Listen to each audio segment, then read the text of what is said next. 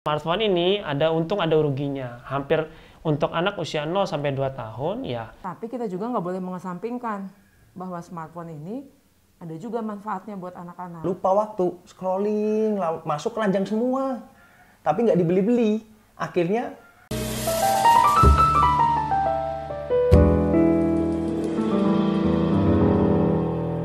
Hai, saya Dr. Bonita, saya seorang konselor menyusui. Saya Dr. Effendi, saya dokter spesialis kandungan. Saya Willy, dokter spesialis anak. Nama saya Dr. Prima Raditya, saya dokter spesialis kandungan dan kebidanan.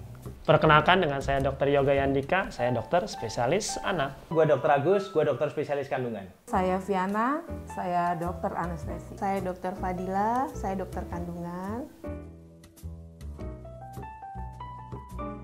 Hari ini kita akan ngomongin tentang smartphone. Oke, Apa pendapat dokter tentang smartphone?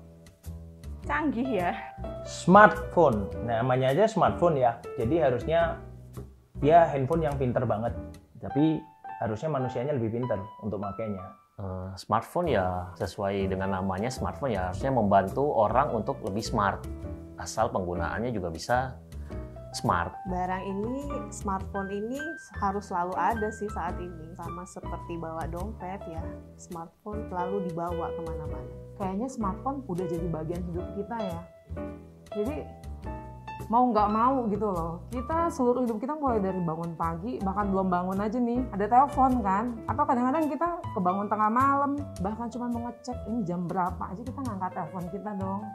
Smartphone, zaman sekarang ya, perlu. Smartphone adalah ya alat komunikasi terkini ya, selain untuk telepon juga untuk entertainment, komunikasi. Ini suatu teknologi atau alat yang saya pakai sehari-hari. Dan itu sangat membantu saya untuk berkomunikasi dengan ibu-ibu yang punya anak. Boleh nggak sih anak main smartphone? Kalau main smartphone sih sebenarnya boleh-boleh aja. Sah-sah saja sih, asal ada batas waktu. Jadi biar tidak mengganggu aktivitas lainnya. Anak-anak main smartphone. Kalau dimanfaatkan boleh banget smartphone.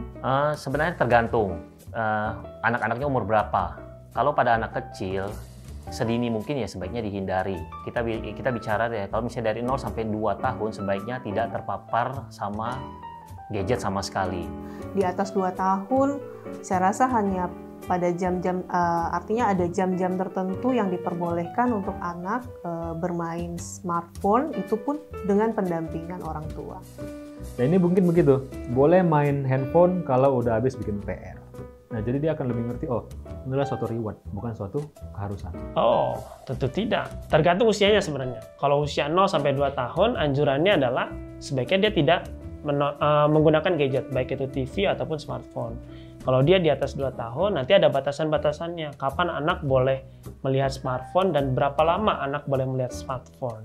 Untuk anak sih mungkin perlu diatur ya, dibatasin ya. Jadi nggak kita kasih lepas itu enggak. Jadi dibatasin. Kalau misalnya tergantung usia juga, kalau misalnya anak masih kecil banget kayak di bawah 2 tahun ya jangan kita kasih smartphone ya. Ada batasan umurnya kayaknya ya. Nggak bisa juga, masih bayi gitu, supaya dia diem, kasih smartphone. Misalnya gitu, nggak bisa juga. Tapi kita juga nggak boleh mengesampingkan bahwa smartphone ini ada juga manfaatnya buat anak-anak. Tapi di sini kita harus bisa ngatur kapan timingnya kita kasih, berapa lama dia bisa menggunakan smartphone ini, gitu harus kita batasi. Tapi bukan berarti nggak boleh ya buat anak kecil. Oke, dokter bilang tadi dari umur 0 sampai 2 itu tidak boleh dulu. Kenapa dok? Apakah mempengaruhi tumbuh kembang dari anak? Iya, jadi smartphone ini ada untung ada ruginya. Hampir untuk anak usia 0 sampai 2 tahun ya, nanti anak pertama dia akan komunikasinya akan jadi terhambat atau terlambat. Karena komunikasi antara anak dengan smartphone itu adalah komunikasi satu arah. Smartphone dengan anak. Anak tidak ngomong ke smartphone. Jadi hampir sebagian besar anak yang menggunakan smartphone, dia pasti kemungkinan terlambat bicara. Kalau untuk ibu hamil, apakah aman kalau dia main smartphone? Apakah ada radiasinya? Oke, Yang akan mengganggu? ngomongin radiasi, memang secara pastinya belum ada penelitian khusus yang mengatakan bahwa radiasi smartphone jangka panjang terhadap ibu hamil itu mempengaruhi. Tapi memang beberapa penelitian sih bilang memang ada pengaruhnya, efeknya ke janin yang ada di dalam kandungannya. Yaitu tadi seperti misalnya nanti akan mengganggu perkembangan otaknya, mengganggu perilaku setelah lahir, mengganggu psikologi bayinya.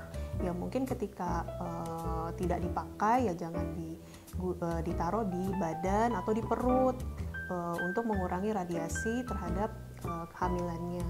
Terus yang kedua ya kalau misalnya menelpon ya gunakanlah speaker itu jangan ditempel langsung di telinga. Masalah aman sih aman ya, kalau radiasi mungkin hampir semua perangkat elektronik memancarkan gelombang radiasi ya, jadi nggak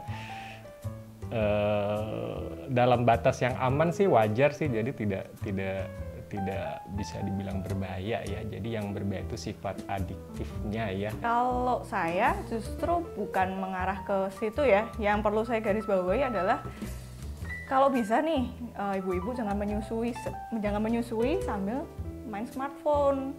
Takutnya nanti waktu nyusuin jatuh smartphone-nya, jatuhin anaknya. Kasihan.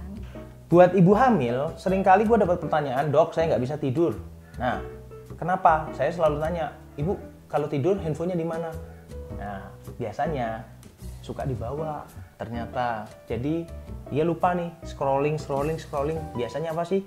Toko online, persiapan baju bayi. Nah, lupa waktu, scrolling, masuk keranjang semua. Tapi nggak dibeli-beli.